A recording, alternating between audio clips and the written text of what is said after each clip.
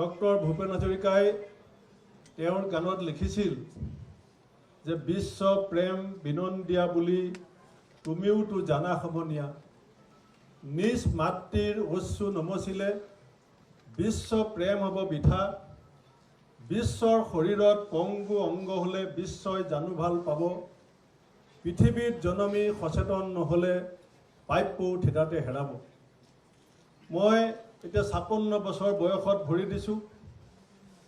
উপাৰ্জন কৰাৰ ইচ্ছা থকা হ'লে ব্যৱসায় কৰিব পাৰিলোহেঁতেন। মোৰ সৰু ভাতৃয়ে ব্যৱসায় কৰে। চাকৰি কৰিব পাৰিলোহেঁতেন। মোৰ ঘৰখনত মোৰ পৰিবাৰকে প্ৰমুখ কৰি সকলোৱে ভাল চাকৰি কৰে। কিন্তু মই বিশ্ববিদ্যালয় শিক্ষা সাং কৰি এটা আদৰ্শ, এটা চেতনা আৰু এটা দেশ সেৱাৰ মনোভাৱ লৈ মই কংগ্ৰেছ দলত 32 বছৰ কাল কাম কৰিছিলোঁ। আজি মই যিটো জেকেট গাত পিন্ধি আহিছোঁ বিজেপি কাৰ্যালয়লৈ, মই ৰাহুল গান্ধী ডাঙৰীয়াৰ সন্মুখত গোপীনাথ বৰদলৈ ডাঙৰীয়াৰ পৰা মোৰলৈকে প্ৰথমগৰাকী সভাপতি কাষত ৰাহুল গান্ধী থাকোঁতে মই তেজেৰে ৰাঙলী হৈছিলোঁ দলটোৰ কাৰণে, আৰু তেতিয়া মোৰ জেকেটটো তেজেৰে তিতি গৈছিল। আৰু আজি কংগ্ৰেছে যিখন ট্ৰল কৰা ফটো তাত এই জেকেটটোৱে আপোনালোকে দেখিবলৈ পাব। মোৰ তেজৰ মূল্যাংকন হ'লনে নাই সেয়া অসমৰ মানুহে ক'ব। কিন্তু হিমন্ত বিশ্ব শৰ্মা ডাঙৰীয়াই, বহুতে কয় মোৰ পুৰণা বন্ধু, 15 চনলৈকে মোৰ সম্পৰ্ক খুব ভাল আছিল। 15 চনৰ পিছত মই এটা মুহূৰ্তৰ কাৰণেও মই তেখেতৰ লগত কেতিয়াও যোগাযোগ কৰা নাই। 3 দিন মই উৰাজাহাজত লগ পাইছোঁ। এদিন ত্ৰিপুৰাৰ পৰা আহোঁতে একেখন ফ্লাইটত মই আৰু আব্দুল খালেক আৰু তেতিয়া বিত্তমন্ত্ৰী হিমন্ত বিশ্ব শৰ্মা ডাঙৰীয়া আছিল। এদিন মই দিল্লীৰ পৰা আহোঁতে একেটা ছিটত মই আৰু দিলীপ শইকীয়া ডাঙৰীয়া বহিছিলোঁ। মুখ্যমন্ত্ৰী ডাঙৰীয়া কাষৰ ছিটৰ পৰা আহি পেলাই মোৰ লগত কথা পাতিছিল। আৰু এদিন মই লগ পাইছিলোঁ বৰপেটাৰ মহাসত্ৰৰ সত্ৰাধিকাৰ প্ৰভুৰ দেহাৱসানৰ খবৰ ল'বলৈ যাওঁতে অকণমান ওচৰে ওচৰে বহিবলৈ সুযোগ পাইছিলোঁ। মই যিকোনো সাধাৰণ মানুহে বুজি পাব। এতিয়াও মই সেই কবিতাৰে আপোনালোকক বুজাম, মোক সময় নাই, 9 মিনিট সময় দিছে। কবিয়ে লিখিছিল যে মোৰ এই হিয়াখনি জেতুকা পাতৰ দৰে সেউজীয়া বননিৰ বৰণেৰে ঢকা, অন্তৰ জ্বলোৱা ছবি অতীতৰ স্মৃতি লৈ বুকুৰ তেজেৰে আছে অন্তৰতে কথা। মই এনেকুৱা আশাৰে পদত্যাগ কৰা নাছিলোঁ যে মই বিজেপি দলত যোগদান কৰিম।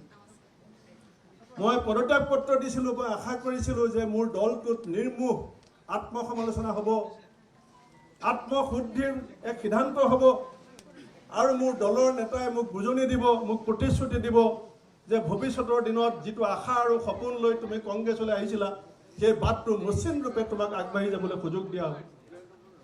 কিন্তু যেতিয়া মোৰ নেতাৰ লগত কথা হ'ল, তেতিয়া মই দীঘলীয়া কথা ক'বলৈ সময় নাই, আধা ঘণ্টা কথা হ'ল।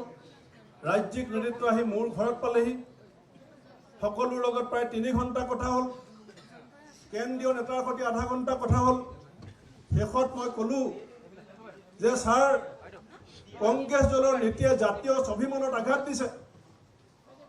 মই আপোনাক মাজুলী সত্ৰলৈ নিওঁতে ধুতি পিন্ধাই পেলাই গামোচা আৰু চেলেং চাদৰ দি নিছিলোঁ। আজি মোৰ দলৰ নেতাই মাজুলী সত্ৰত পায়জামা পিন্ধি কেনেকৈ প্ৰৱেশ কৰিব? মই এই কথা ৰাহুল গান্ধী ডাঙৰীয়াক টেলিফোনত কৈছিলোঁ। তেতিয়া তেখেতে কৈছে তুমিও হিউমিলেট হৈছা, ময়ো হিউমিলেট হৈছোঁ। তেতিয়া মই গম পালোঁ যে তাৰ মানে মই হিউমিলেট হৈ থাকিব লাগিব। মই মোৰ মন আৰু মগজুত এক প্ৰচণ্ড ধুমুহাই তাণ্ডৱ কৰিছিল যে এফালে মোৰ আদৰ্শ, মোৰ ককা দেউতাৰ দিনৰ পৰা আদৰ্শ। 1926 চনৰ পাণ্ডু অধিৱেশনত দেশভক্ত তৰুণৰাম ফুকন ডাঙৰীয়াৰ এখন পত্ৰৰ আধাৰত নগাঁৱৰ জুৰিয়াৰ পৰা মোহৰ গাড়ীৰে মোৰ ককা দেউতাই গামোচা আনি পাণ্ডু অধিৱেশনৰ পেণ্ডেলৰ চন্দ্ৰতা বনাই দিছিল। এফালে মোৰ আদৰ্শ আৰু এফালে মোৰ আত্মসন্মান আৰু স্বাভিমান, মোৰ মগজুত প্ৰচণ্ড ধুমুহা। হঠাৎ মোক সাংবাদিকে ক'লে যে মুখ্যমন্ত্ৰী আপোনাৰ ঘৰলৈ আহিম বুলি কৈছে।